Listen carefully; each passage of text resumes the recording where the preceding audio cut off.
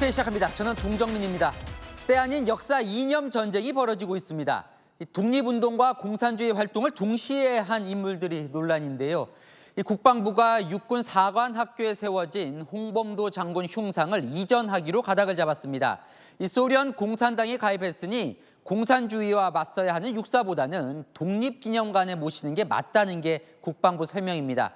하지만 민주당은 봉오동 전투의 독립운동 영웅을 능멸했다 반발하고 나섰는데요.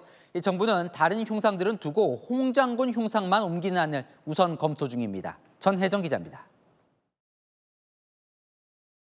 홍범도, 지청천, 이회영, 이범석, 김좌진.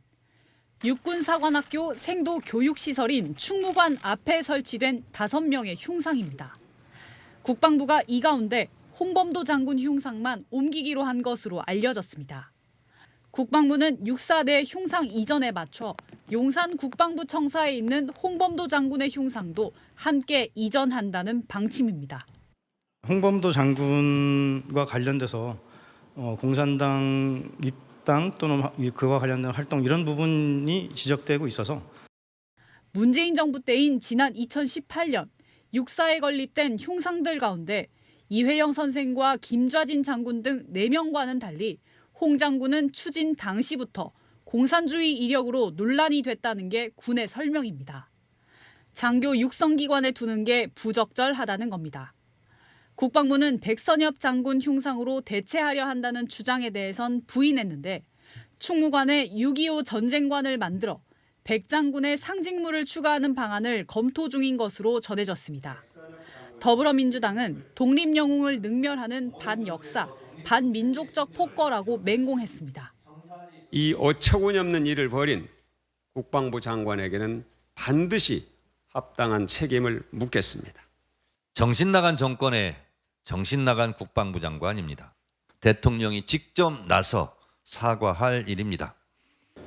홍 장군 유해봉환 등을 추진한 문재인 전 대통령은 그것이 우리의 예우이며 보훈이냐며 재고를 촉구했습니다. 다만 군은 해군 잠수함 홍범도함의 명칭 변경은 검토하진 않고 있다고 설명했습니다. 채널A 뉴스 전혜정입니다. 국가보훈부가 홍범도 장군에게 서운된 훈장도 따져보겠다고 해 논란이 일고 있습니다. 박정희 정부에서 훈장이 수여됐는데 이 같은 공적으로 문재인 정부에서 한 단계 높은 훈장이 또 수여됐다는 겁니다. 이어서 정다은 기자입니다.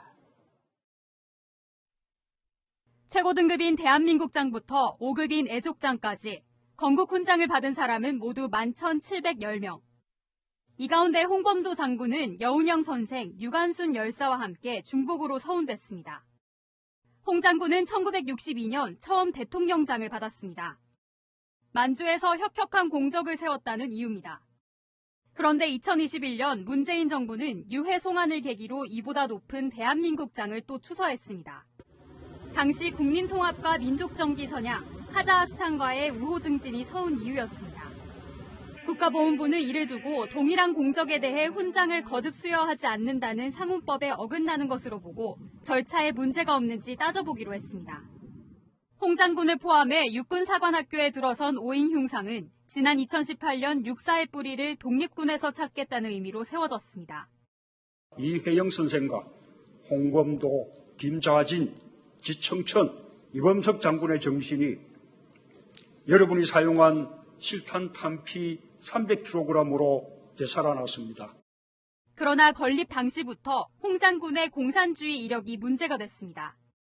그러니까 장교를 양성하는 그 기관에 공산주의 활동 경력이 있는 사람들이 있어도 되느냐 이런 문제도 있었고 여러 가지 논란이 있기 때문에 홍 장군은 6.25 전쟁 전인 1943년 10월 25일 서거했습니다. 채널A 뉴스 정다은입니다. 이 홍범도 흉상에 앞서 이념 전쟁에 불을 붙인 건 이 광주시가 추진하는 정률성 역사공원이죠. 광주 출신인 정률성은 북한 조선인민군과 중국 인민해방군 행진곡을 작곡했는데요. 공산주의자를 기념한 건 광주의 정신이 아니라며 5.18 단체도 반발하고 있습니다. 공국진 기자입니다. 상위 군경회 등 보훈단체 회원들이 현수막을 들고 거리로 나왔습니다. 학살 부역 옹호하는 강기정 시장 사죄하라! 광주시가 추진 중인 정일성 역사공원 조성사업 철회를 요구하고 나선 겁니다.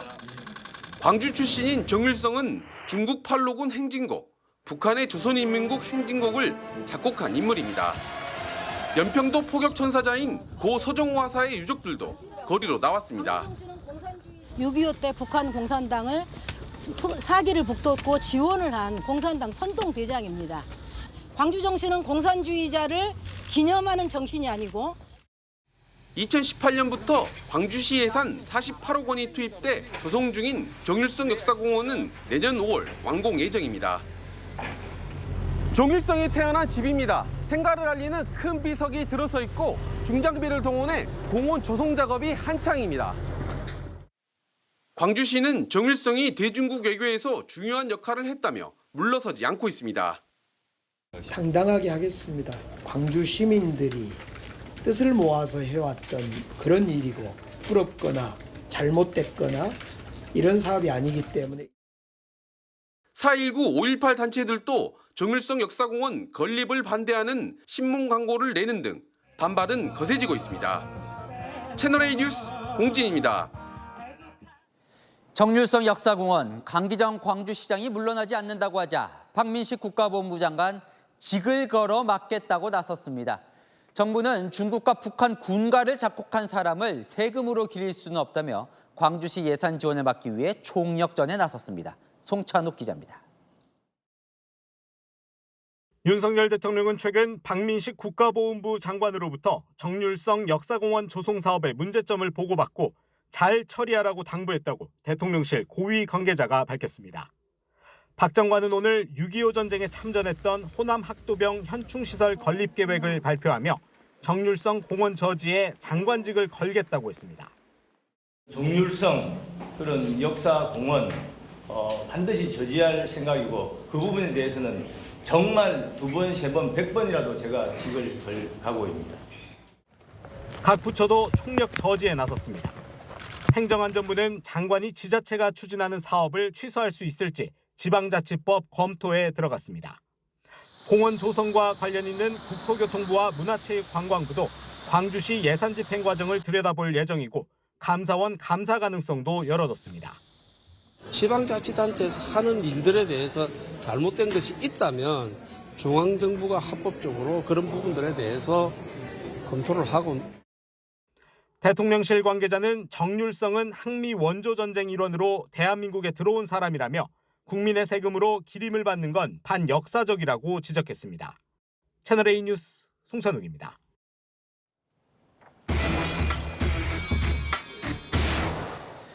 아는 기자, 정치부 김민지 기자와 좀 살펴보겠습니다. 역사 이념 논란이 갑자기 불붙었어요. 네. 정율성 기념공원 사업이 그 시작이 됐습니다. 광주시가 48억 원을 들여서 조성하려는 이 사업을 박민식 국가보훈부 장관이 강하게 막아서면서 시작이 됐습니다. 박 장관이 지난 22일에 올린 글을 한번 보시죠. 북한 정부 수립에 기여하고 조선인민군 행진가를 만들고 공산군 응원대장이었던 사람이라면서 정율성을 독립유공자로 인정할 수 없다고 했는데요. 사흘 뒤 윤석열 대통령은 국민통합위원회 회의에서 박 장관에게 힘을 실어줬습니다. 비공개 회의 때 어떤 공산주의자에 대해서 지자체가 추모공원을 만든다는데 이게 사회통합과 관용에 부합하는 게 아니다라고요. 네, 그런데 또 홍범도 장군 얘기는 갑자기 왜 나온 거예요? 이게요, 돌발 상황적 측면이 좀 있습니다. 육군사관학교가 교내에 설치된 홍범도 장군 등 독립영웅 5명의 흉상을 철거하는 논의를 그동안 해오기는 했지만 지난주 국회 질의 과정에서 장관의 공개 발언으로 돌연 이슈가 된 겁니다. 육군사관학교 그러면 장교의 요람인데 공산주의 경력이 있는 사람이 있어야 되느냐 하는 그런 문제가 제기되어서 야권은 물론 문재인 전 대통령까지 숙고해달라고 가세하면서 논쟁이 확전이 됐고요. 이종찬 광복회장까지 강하게 반발하면서 논란에 불이 붙은 겁니다. 지금 김 기자가 이 돌발 상황이라고는 했지만 어쨌든 육사 이전은 추진을 하는 것 같아요. 왜 굳이 이 육사에서 빼려고 하는 거예요? 일단 대통령실과 여권을 좀 취재해보면 대략 두 가지 이유가 나옵니다. 먼저 홍범도 장군이 독립전쟁 영웅은 맞지만 레닌이 이끌던 소련 공산당에 입당한 인물을 육군사관학교의 모범 사례로 두는 건 적절치 않다는 이유가 첫 번째입니다. 우리 대한민국의 엘리트 군 장교를 육성하는 그 곳에는 맞지 않는다는 거죠. 두 번째는요, 전 정부 지우개 차원의 측면도 있습니다. 홍범도 장군의 유해를 드디어 국내로 모셔올 수 있게 되었습니다. 홍범도 장군 들어올 적에도 굉장히 거창하게 행사를 했잖아요. 그러면서 곳곳에 막 홍범도 형상이 들어서고 정치권에 제대로 또 우리 언론이 국민들 앞에서 제대로 논쟁을 안 했다. 그런 면에서 한번 걸러보자. 그런 뜻이라고 보는 게 맞지 않느냐. 문재인 정부 당시 홍범도 장군 유해 봉한식을 치렀고 육사 내에 홍범도 장군의 흉상이 세워진 것도 문재인 정부 때였죠. 공산당 가입 전력이 있는 인물을 확 키운 전 정부의 의도를 따져봐야 한다는 겁니다. 참 이 이념 논쟁이 또 총선까지 앞두고 있어서 더 논란인 것 같습니다. 네, 그래서 정리가 좀 쉽지는 않은데요. 정율성 기념공원의 경우 정부 차원에서는 무슨 수를 써서라도 건립을 막겠다고 하고 있습니다. 반면 홍범도 장군의 경우 독립운동가 활동까지 부정하는 건 아닙니다. 그래서 독립기념관으로 옮기는 게 더 적합하지 않냐고 하는데요. 철거든 이전이든 국민 모두가 아는 독립운동가를 홀대하는 모습처럼 비춰져서 국민의힘, 그러니까 여당은 상당히 부담스러워하고 있습니다. 대통령과 막역한 사이인 이종찬 광복회장도 절대 반대를 외치고 있어서 정부의 부담도 큰 상황입니다. 이 틈을 노려 야권은 을사오적 흉상도 세울 거냐면서 친일 프레임을 들고 나와 공격 중이거든요. 정부는 시간을 갖고 최종 결론을 내겠다는 입장인데 이념 논란 당분간 계속될 것으로 보입니다. 네, 잘 들었습니다. 아는 기자 김민지 기자였습니다. 여야가 9월 정기국회를 앞두고 나란히 1박 2일 연찬회에 가 있습니다. 그런데 총선을 앞두고 있어 내부 상황 논의가 더 뜨거운 것 같은데요.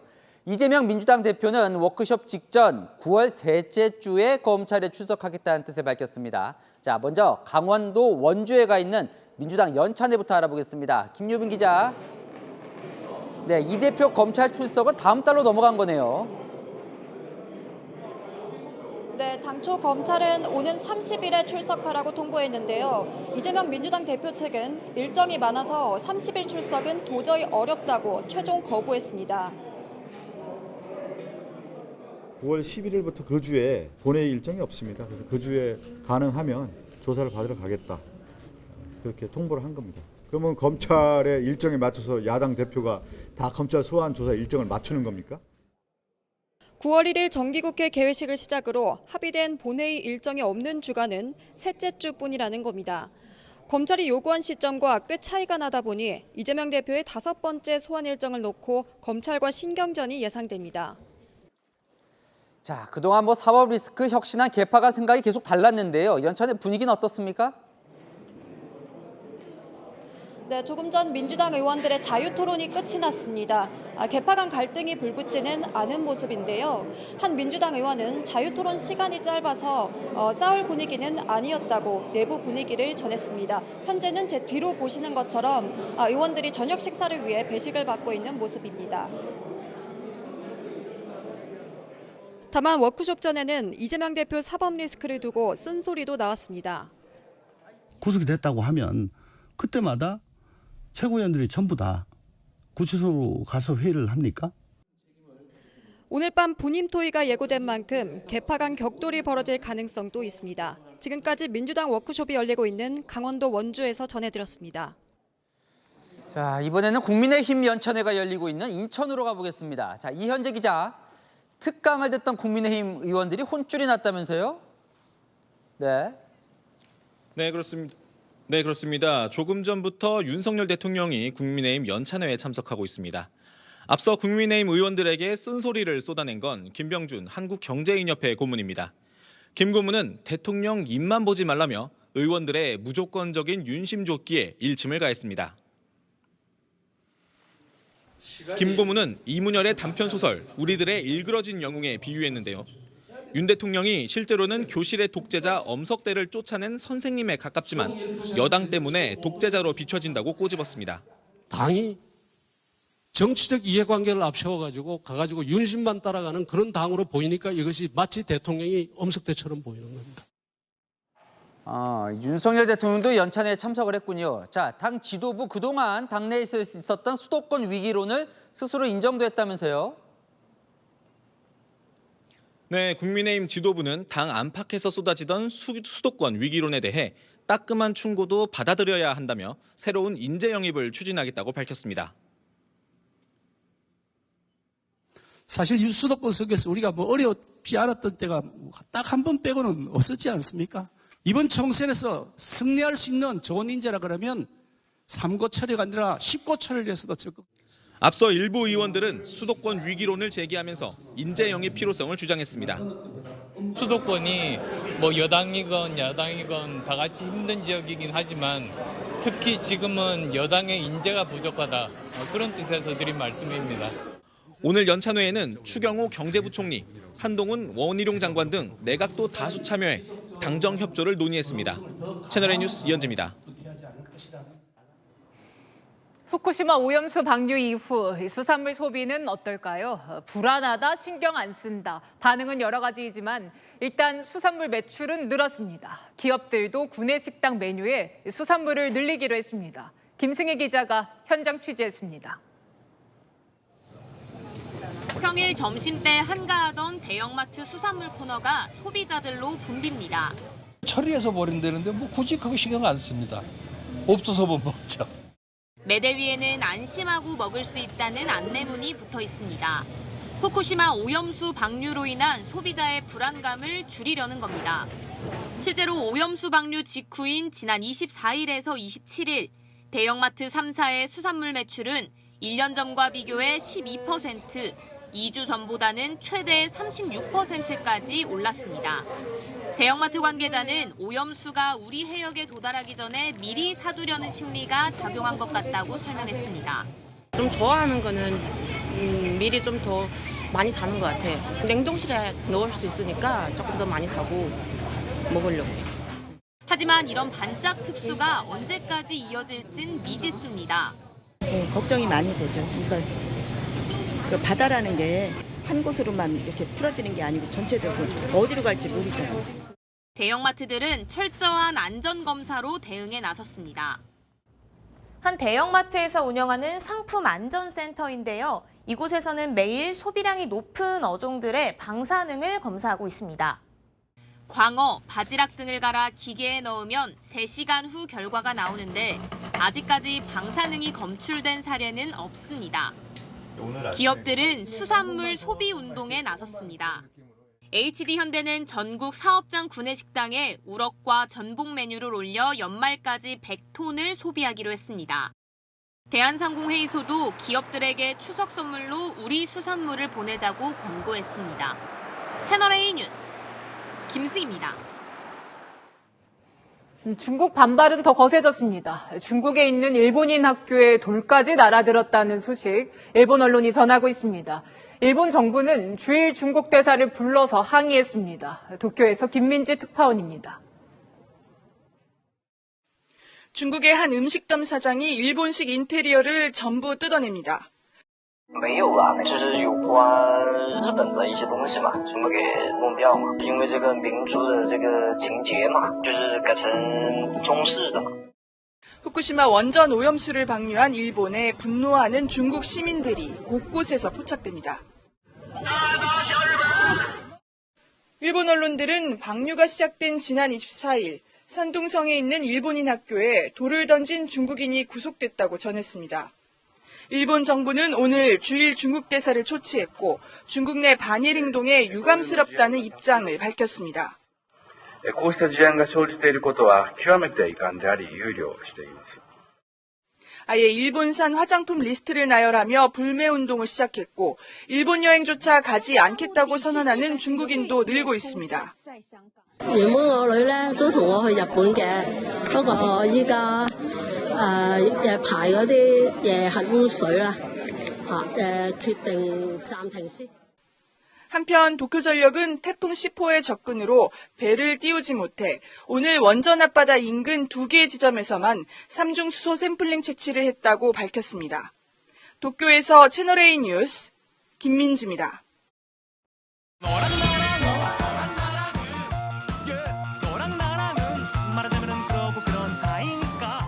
네, 여랑야랑 정치부 윤수민 기자와 함께합니다. 첫 번째 주제 보겠습니다. 홍보수석, 정무수석 모습이 보이네요. 뭐가 조기 매진됐습니까?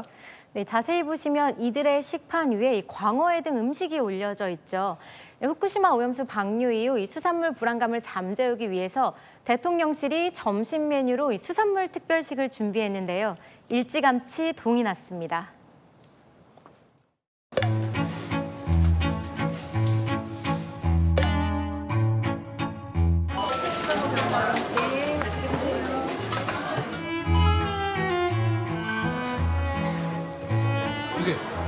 그게 먹어요.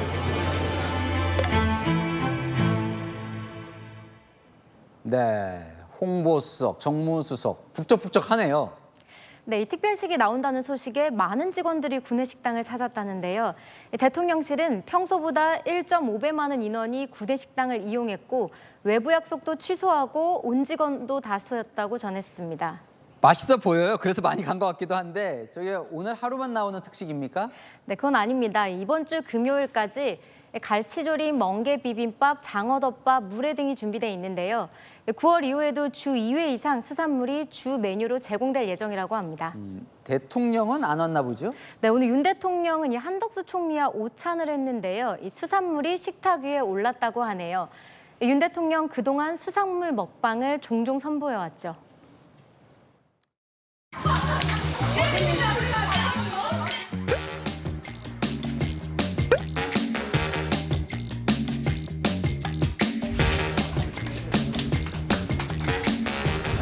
멍게 진짜 오랜만에 먹어요. 부산 근무할까? 멍게 비빔밥집이 지금도 생각이 나요. 수산물 안 팔리면 수산업자들 많이 힘드니까요. 네, 국민의힘도 그래서 오늘 연찬회 메뉴로 조개구이를 준비했다고 하는데요. 민주당의 반응은 이랬습니다.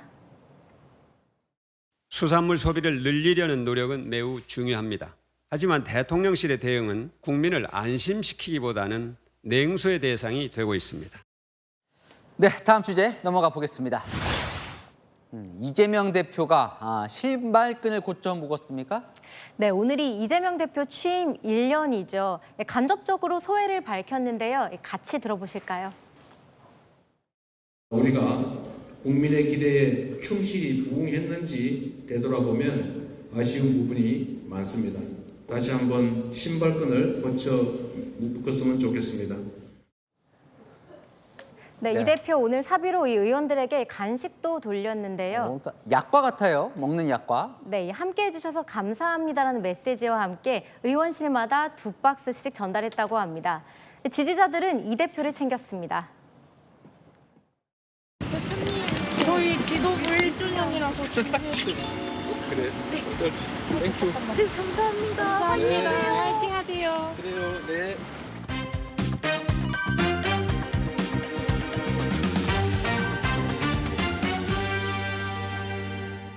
벌써 1년이 지났습니다. 네, 정치권 평가는 어떻습니까? 네, 국민의힘은 예상 가능하듯 혹평을 내놨습니다. 너나 할 것 없이 터지는 돈봉투, 코인게이트, 성범죄 혐의로 서로를 보호하는 방탄 스킬만 날로 업그레이드 해왔습니다. 지난 2년 기억나는 일이라곤 지은 죄가 있네 없네 하며 검찰 청사와 법원을 들락거리던 범죄 피의자의 넋두리뿐입니다. 네, 민주당 내에서 평가는 엇갈렸는데요. 이재명 대표 개인에게는 너무너무나 힘든 과정이었을 거고 민주당이 윤석열 정권을 견제할 수 있는 그런 근거구나라고 하는 걸 확인하는 과정이었다. 꽈락이다. 사법 리스크에 시달렸고 또 팬덤 정치가 심화됐고 우리 당의 도덕성 문제가 전면으로 올라왔죠. 그래서 내로남불 이미지가 고착화됐습니다. 네, 이 대표 31일 기자회견에서 소회를 밝힌다고 하는데요. 스스로에겐 몇 점을 줄까요? 네, 여러분은 몇 점을 주시겠습니까? 지금까지 여랑야랑이었습니다. 우리 사회 곳곳에 마약이 급속 확산되고 있지만 이 정도일 줄은 몰랐습니다. 서울 용산의 한 아파트에서 현직 경찰이 떨어져 숨졌습니다. 함께 모여있던 사람들에게서는 마약을 투약한 정황이 나왔습니다. 경찰은 집단 마약 투약 여부를 수사하고 있습니다. 김지은 기자입니다. 서울 용산구의 한 주상복합 아파트. 어제 새벽 5시쯤 경찰과 소방당국은 남성 1명이 5층 화단으로 떨어졌다는 신고를 받고 출동했습니다. 떨어진 남성은 병원으로 옮겨졌지만 끝내 숨졌습니다. 신원 확인 결과 강원경찰청 소속 30대 현직 경찰관으로 확인됐습니다. A씨는 아파트 14층 창문을 통해 떨어졌는데 사고 당시 현장에는 A씨를 포함해 8명이 모여 있었습니다. 이들은 경찰 조사에서 운동 동호회 멤버로 모였다고 진술했습니다. 경찰은 이들 중 일부에게서 마약 투약 정황을 포착하고 간이시약 검사를 벌인 결과 양성이 나온 걸로 전해졌습니다. 경찰은 집단으로 마약 투약을 했는지 이들을 상대로 정밀 감정할 계획입니다. 숨진 경찰 A씨에 대한 부검 역시 내일 진행합니다.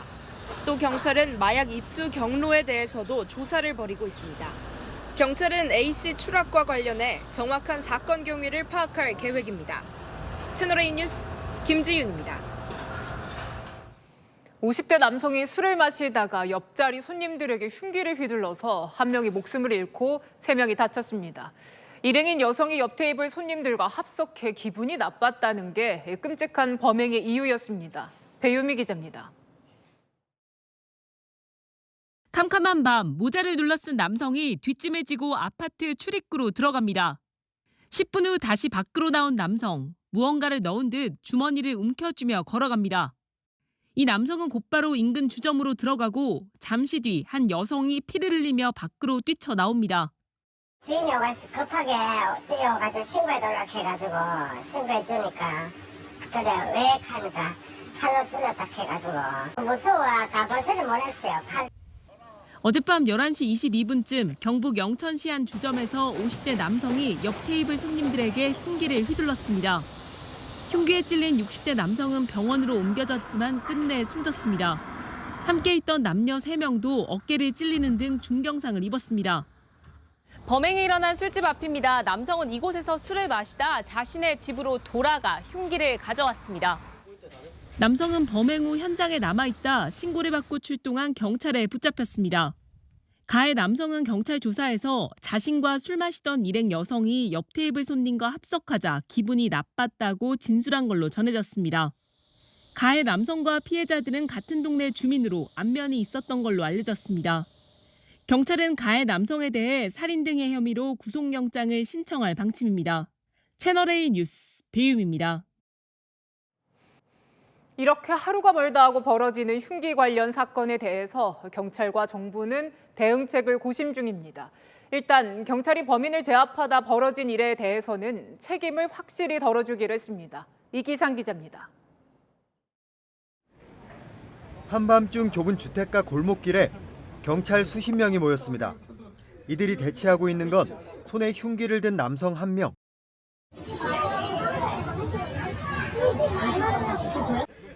자해하겠다는 위협에 경찰들은 섣불리 다가가지 못하고 대치 상황은 2시간 넘게 이어졌습니다.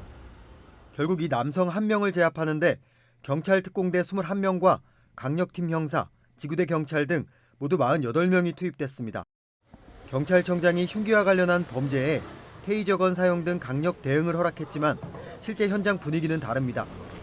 피해자가 다칠 경우 경찰관 책임은 물론 고소고발의 경위서까지 자칫 패가망신할 수 있기 때문입니다. 하지만 최근 흉악 범죄가 잇따르자 정부는 법으로 경찰의 면책 특권 확대를 추진합니다. 현재 직무 수행 중 타인에게 피해를 줬을 때 정상 참작을 받을 수 있는 건 고의 또는 중대한 과실이 없는 때로 한정됩니다. 그런데 이 조건을 아예 삭제해 운신의 폭을 넓혀주겠다는 겁니다. 또 흉기 범죄에 대한 신속 대응을 위해 신형 방검복도 도입합니다. 무겁고 두꺼워 입고 벗느라 시간이 걸렸는데 연말부터는 옷 안에 입을 수 있을 정도로 가벼운 방검복이 나옵니다. 은평구 흉기소동 피의자는 영장 심사를 받으며 다른 사람을 해할 의도는 없었다고 주장했습니다. 경찰들이 너무 많이 와서 겁에 질려서 그랬어요. 흉기 많이 발견되는데 범행 계획하신 겁니까? 요리사라 어쩔 수 없이 가지고 다녀요. 이후 법원은 도주 우려가 있다고 단정하기 어렵다며 구속영장 청구를 기각했습니다. 채널A 뉴스 이기상입니다. 시민들이 경찰의 존재를 체감할 수 있는 장소, 바로 집 근처 파출소나 치안센터죠. 그런데 막상 건물만 있고 인력 부족으로 비어둔 치안센터가 적지 않아서 범죄 예방에 무용지물이란 지적이 나옵니다. 현장 카메라 전민영 기자입니다. 천장 페인트가 떨어져서 이렇게 바닥에 쓰레기처럼 널브러져 있고요. 내부 불은 꺼져 있고 문은 잠겨 있습니다. 요즘 주민 불안감이 최고조라는 신림동의 한 치안센터인데요. 치안 사각지대가 된 치안센터 가보겠습니다.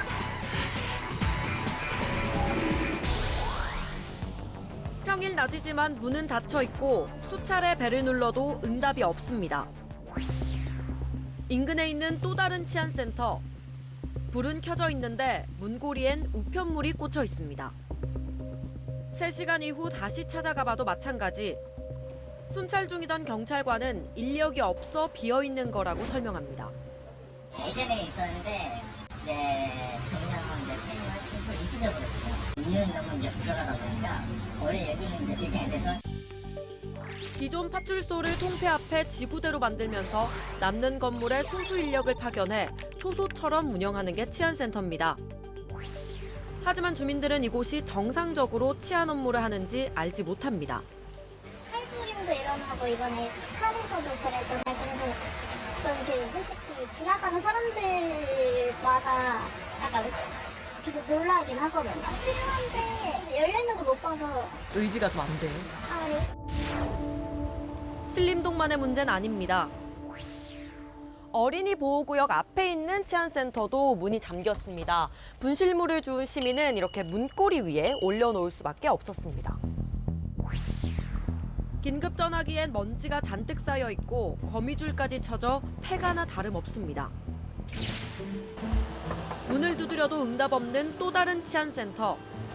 관할 지구대에 전화했더니 5분 뒤쯤 안에서 경찰 한 명이 문을 열고 나옵니다.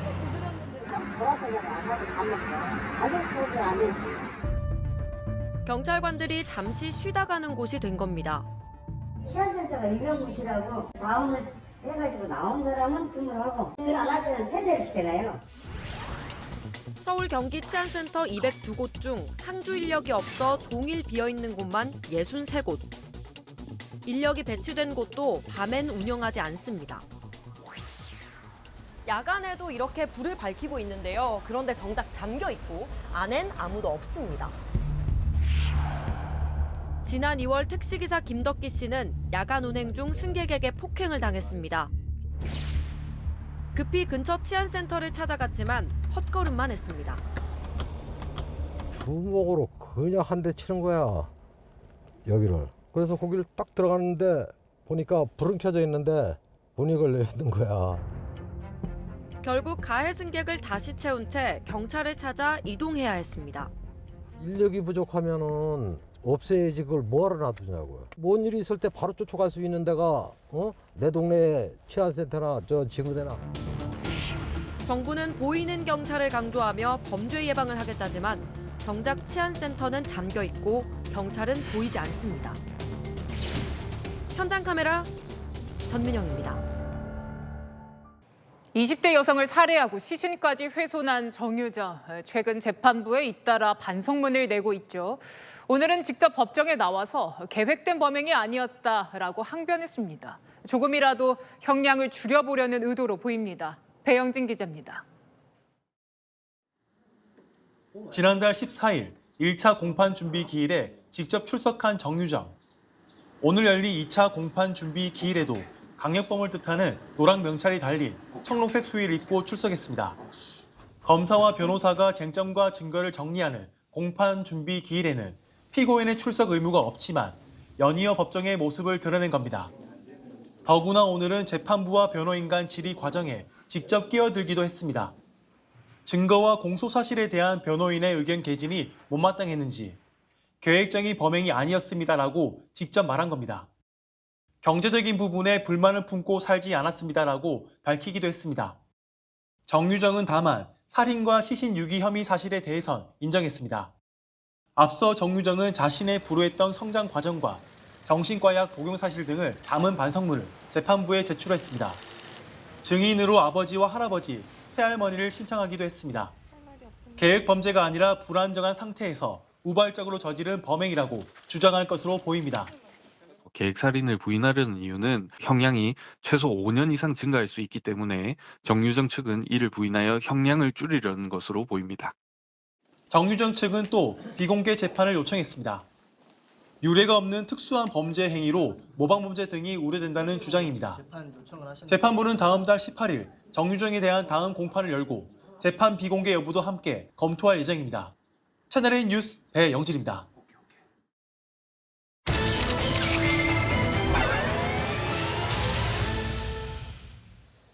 지난달 전남 여수에서 엽기적인 사건이 있었습니다. 차량 안에서 허벅지가 괴사된 채 두 사람이 발견됐었는데 그중 한 명은 숨졌습니다. 자세히 수사를 해보니 충격적인 반전이 있었습니다. 사회일부 박주한 기자와 사건을 보도해서 짚어보겠습니다. 자, 박 기자, 당시 사건 먼저 간단히 정리를 해볼까요? 네, 지난달 29일이었습니다. 전남 여수의 한 자동차 전용도로 졸음 쉼터에서 30대 남성 2명이 발견됐습니다. 한 명은 이미 숨져 있었고 한 명은 중상을 입어 의식을 잃은 상태였습니다. 이 숨진 A씨엔 허벅지가 괴사한 상태였는데요. 경찰은 당시 의식을 잃었던 남성 B씨의 진술 그리고 차 안에서 발견된 계약서 내용을 토대로 두 사람이 채무관계 때문에 서로의 허벅지를 돌로 내려 찍은 것으로 결론 지었었습니다. 그래서 엽기적인 사건이다 저희가 전해드렸었는데 그게 아니라 수사를 해보니 둘 사이 범행이 아니었다는 거예요. 네, 그렇습니다. B씨의 진술을 보니 두 사람이 3년 전 온라인 게임에서 처음 알게 됐고 채무 관계를 끝내고자 차에서 3주 가까이 지내며 잠들면 때리는 벌칙성 게임 같은 폭행을 했다고 했는데요. 사실 이해가 잘 안 가죠. 경찰이 두 사람의 행적을 따라 CCTV와 차량 블랙박스 등을 조사했습니다.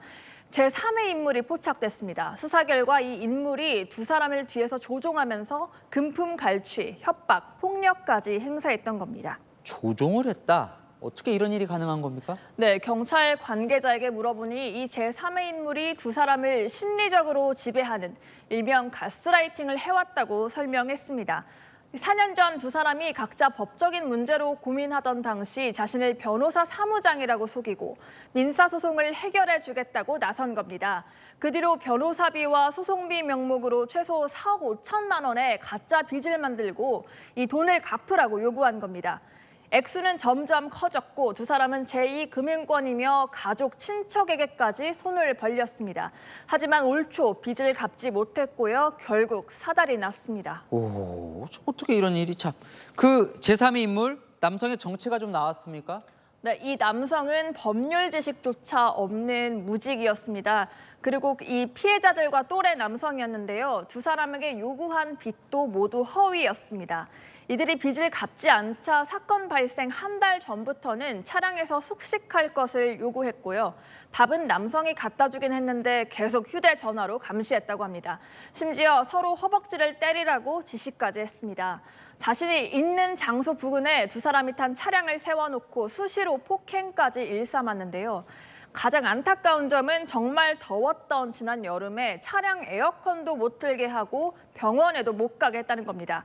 A씨는 또 이들에게 서로 채무 때문에 허벅지를 때렸다고 말하라며 세뇌하는 것도 잊지 않았습니다. 사건 후 B씨가 경찰에 거짓 진술을 한 건 남성에 대한 공포감과 가스라이팅에 의한 것으로 경찰은 보고 있습니다. 정말 충격적인데 이 남성 자신의 범행을 인정은 하는 거예요? 살인 고의가 없었다고 진술하고 있습니다. 그런데 자신 때문에 두 사람이 제때 병원을 못 간 건 인정한다고 합니다. 경찰은 오늘 A씨를 살인과 준감금치상 혐의로 구속하고 사건을 검찰에 넘겼습니다. 경찰은 추가 피해자가 없는지 추가 수사하고 있습니다. 네, 잘 들었습니다. 지금까지 사건을 보도했습니다. 네, 나무 바닥에 깔린 이 보행자 전용 육교 보신 적 있으시죠? 그 위로 승용차가 지나가는 바람에 바닥이 내려앉았습니다. 그런데 이 문제의 차량은 경찰이 탄 순찰차였습니다. 어쩌다가 이런 일이 생긴 건지 김태우 기자가 보도합니다. 경찰 순찰차가 나무 바닥으로 된 길로 진입합니다. 천천히 지나가나 싶더니 잠시 멈췄다가 후진으로 빠져나옵니다. 순찰차가 지나가려 한 곳은 아파트 2단지를 잇는 보행 육교였습니다. 보행자만 다닐 수 있는 육교로 자전거나 오토바이도 출입이 금지된 곳입니다. 순찰차가 지나갔던 육교입니다. 육교 초입에 이렇게 보행자 전용이라고 안내판이 붙어 있는데요.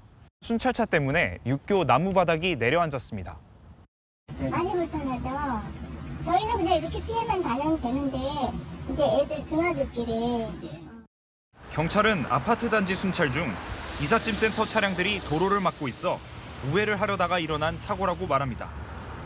나무 데크인데 젖다 보니까는 일반 그 길이랑 구분이 안 가셨던 거예요. 그 앞에 노란색 그게 있는데 그거를 확인을 못 하신 거. 경찰은 아파트 관리사무소를 통해 주민들에게 육교 파손 사실을 전달하고 안전 임시 조치를 마쳤다고 덧붙였습니다.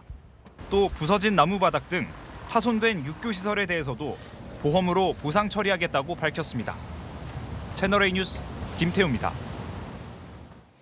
네, 지하철 타고 내릴 때면 승강장과 열차 사이가 넓다면서 발빠짐 조심하라는 안내방송 많이 듣게 되죠. 어제도 5살 아이가 빠지는 아찔한 사고가 났습니다. 이 발빠짐을 막아주는 안전장치가 있지만 설치율은 20%에도 못 미칩니다. 이혜주 기자입니다. 지하철 승강장 곳곳에 발빠짐 주의 문구가 붙어 있습니다. 내리고 탈 때마다 안내음도 흘러나옵니다.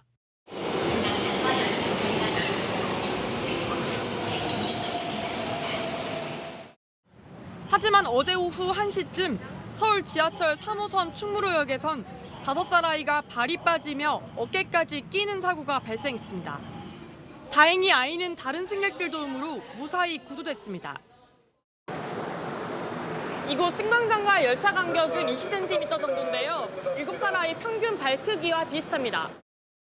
충무로역은 지난 4월부터 열차가 들어오면 안전발판이 자동으로 나와 공간을 메워주는 시범 사업을 하고 있습니다.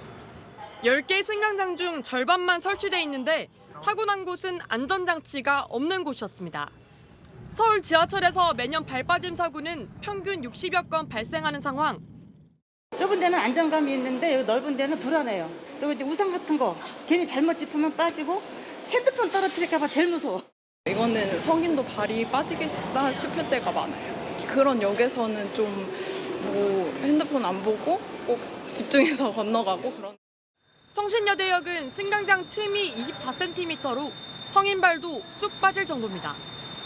서울 1에서 8호선 중 열차와 승강장 사이가 10cm가 넘는 곳은 모두 3,395곳. 일단 열차와 승강장 사이 공간에 고정식 고무발판으로 깊게 빠지는 걸 막고 있지만 실제 설치율은 19%에 불과합니다. 지하철 운행과 예산 부족을 이유로 정작 필요한 안전발판 설치는 지지부진한 겁니다. 채널A 뉴스 이혜주입니다. 네, 청년들에게 결혼은 필수가 아닌 선택이 됐습니다. 청년 3명 중 1명만 결혼에 대해서 긍정적으로 생각한다는 조사 결과가 나왔습니다. 결혼을 해도 자녀를 가질 필요가 없다고 생각하는 청년도 절반이 넘었습니다. 송정현 기자가 그 이유를 들어봤습니다. 청년들에게 결혼을 꼭 해야 하는지 물었습니다. 필수적인 요소는 아니라고 생각하고 마음 맞는 사람 있고 같이 평생 하고 싶은 사람 있으면 하는 게 통계청에 따르면 결혼을 긍정적으로 생각하는 청년은 36.4%, 3명 중 1명꼴인데요. 10년 전보다 20%포인트 감소한 수치입니다. 성별로 따져보면 남자는 43.8%, 여자는 28%만이 결혼에 긍정적이었습니다. 부동산이 너무 오르기도 했고 제 커리어를 높이 살 수 있고 그렇게 하다 보니까 굳이 결혼을 하지 않아도 혼자 살면 괜찮겠다. 청년들이 생각하는 결혼하지 않는 주된 이유는 결혼자금 부족, 결혼의 필요성을 못 느낌 순으로 조사됐습니다. 결혼을 하더라도 자녀를 가질 필요가 없다고 답한 청년 비중은 53.5%에 달했습니다. 경제적인 부분에 대해서 많이 결핍이 생기니까 번식의 본능보다는 생존의 본능이 앞서서 출산을 꺼리게 되는 것이 아닌가. 결혼하지 않아도 함께 살 수 있다고 답한 청년 비중은 80%, 비혼 출산에 찬성한다는 비중은 39%를 넘었습니다. 청년 사이에서 결혼과 출산은 선택이란 인식이 더 확산되고 있습니다. 채널A 뉴스 송정현입니다. 이동관 방송통신위원장이 취임 첫날부터 공영방송 재편에 나섰습니다. 개혁을 안 하면 나라가 망한다며 EBS와 MBC 대주주 이사를 새롭게 채웠고 KBS 사장 교체도 돌입했습니다. 민주당은 노골적인 방송 장악 시도라며 반발했습니다. 우현기 기자입니다. 이동관 방송통신위원장이 취임 일성으로 공영방송의 구조개혁을 내세웠습니다. 노영방송이라는 이중성으로 정치적 편향성과 가짜 뉴스의 확산 그리고 공론을 분열시켜온 사실을 부정할 수 없습니다. 무소불위의 권력을 누려온 공영방송이 국민의 선택과 심판이라는 견제 속에 신뢰를 회복하도록. 이 위원장은 다산 정약용 선생의 글을 인용하며 기득권 카르텔 세력의 반발을 두려워하지 말라고 지시했습니다. 털 하나 머리카락 하나 병들지 않은 게 없다. 지금 개혁하지 않으면 반드시 나라가 망할 것이라는 이 말씀은 지금 우리가 한 번 더 되새겨봐야 할 중요한 좌우명이라고 생각합니다. 이 위원장은 취임식 직후 전체회의를 열어 공석이 된 공영방송 보궐이사 임명안을 처리했습니다. MBC 대주주인 방송문화진흥회 이사에는 김성근 전 MBC 방송인프라 본부장을, EBS 이사에는 강규형 명지대 교수를 각각 임명했습니다. KBS 이사회 여권 이사들도 김희철 KBS 사장의 해임을 요구하고 나섰습니다. 오는 30일 정기이사회에 해임 제청안이 상정될 전망인데 KBS 이사회가 여야 6대5 구도여서 표결 시 해임이 이루어질 가능성이 큽니다. 민주당은 공영방송부터 요리하겠다는 선언이라며 윤 대통령과 국민의힘이 보기에 흡족한 공영방송으로 만들겠다는 속셈만 고스란히 드러났다고 비판했습니다. 채널A 뉴스 우현기입니다. 부산 엑스포 유치의 승패가 결정될 이 국제 박람회 기구 투표가 정확히 3개월 앞으로 다가왔습니다. 경쟁국인 사우디아라비아와 70대 70 초접전 양상인데요. 오늘 대통령실 TF팀이 파리로 출국을 하고 이 총리, 장관도 해외에 나가 총력전을 펼칠 예정입니다. 조아라 기자입니다. K컬처를 부각시킨 한국과 막강한 오일머니를 앞세운 사우디아라비아가 3개월 총력전에 돌입했습니다. 윤석열 대통령이 참여했던 파리 4차 경쟁 프레젠테이션. 이후 정부는 사실상 70대 70 동률 수준까지 따라잡았다고 보고 있습니다.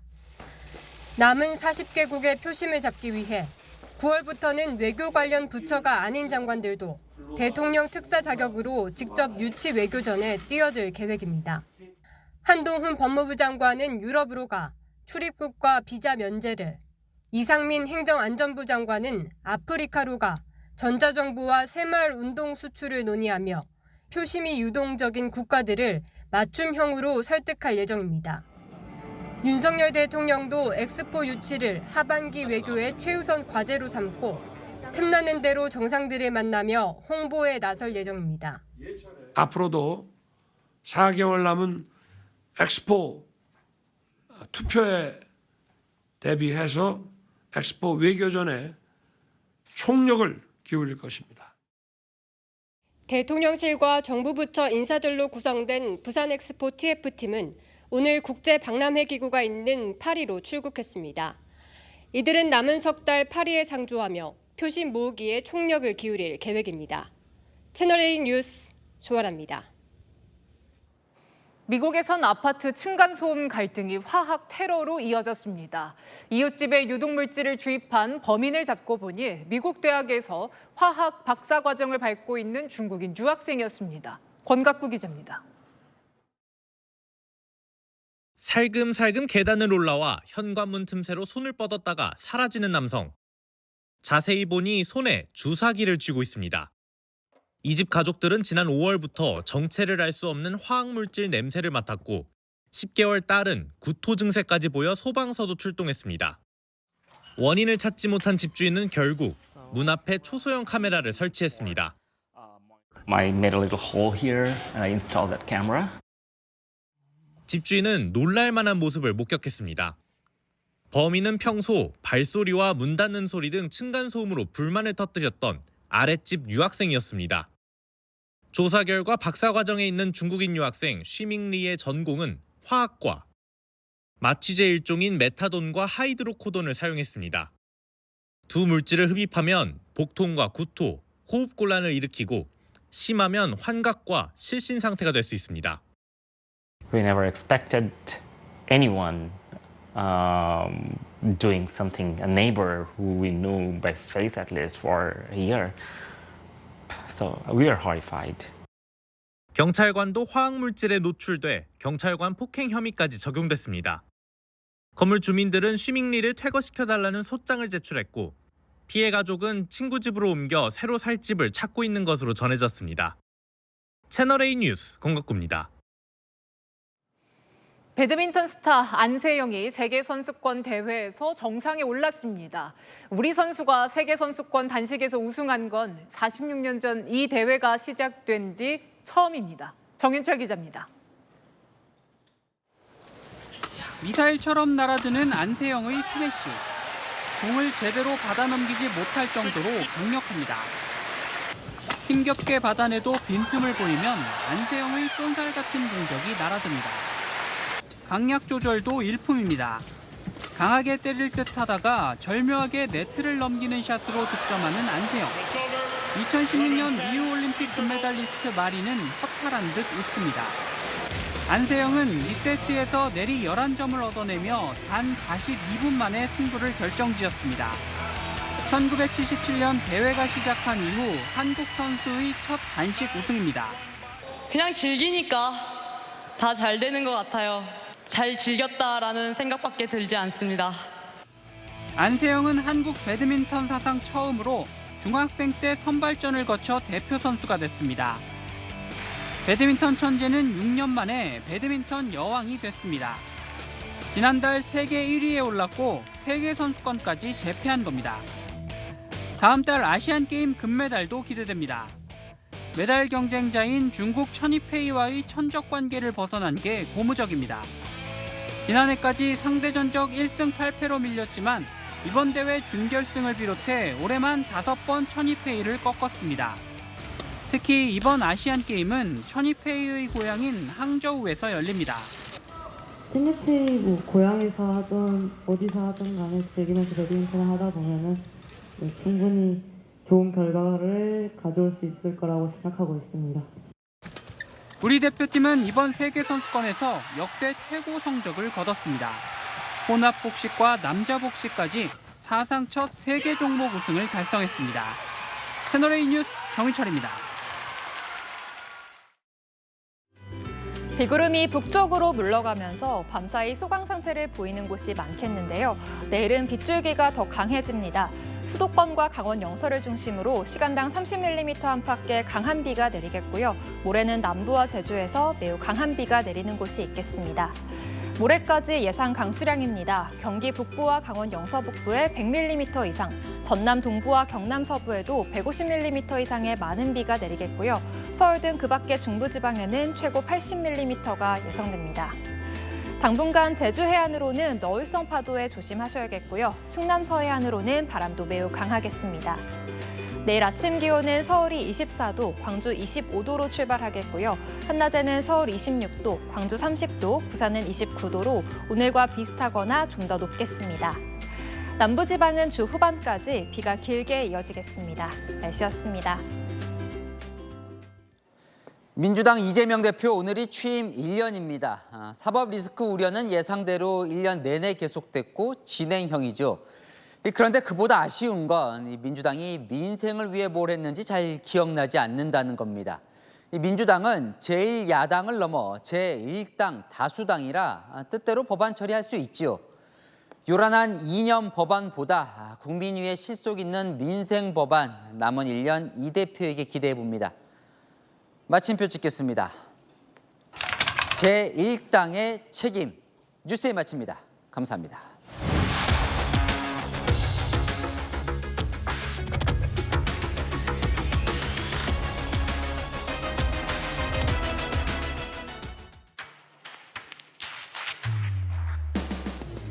당신의 아침을 여는 보이는 라디오 정치 시그널. 시사 보도의 최강자 김진의 돌직구쇼. 돌직구쇼의 연장전 더 남아. 생생한 뉴스 현장을 전한다. 뉴스의 라이브.